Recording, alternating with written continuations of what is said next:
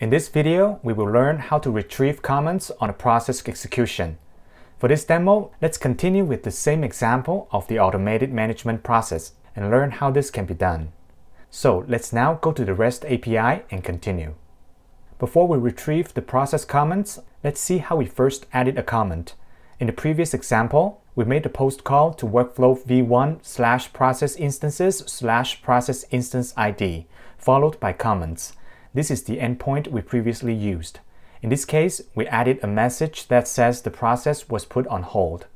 Using the same process instance ID, we can make a get call to retrieve all the comments linked to a process instance. So the endpoint required for this task is a get API workflow v1/process instances/process instance ID followed by comments. When I hit the API, we see that this retrieves all the comments associated to a process instance in this example. We can see information such as ID, author of the comment, message, and time when the message was added. It also references the process ID linked to this comment. And that's it. That's how we can retrieve comments from a process instance. For more information on this and other services, please go to developer.opentext.com.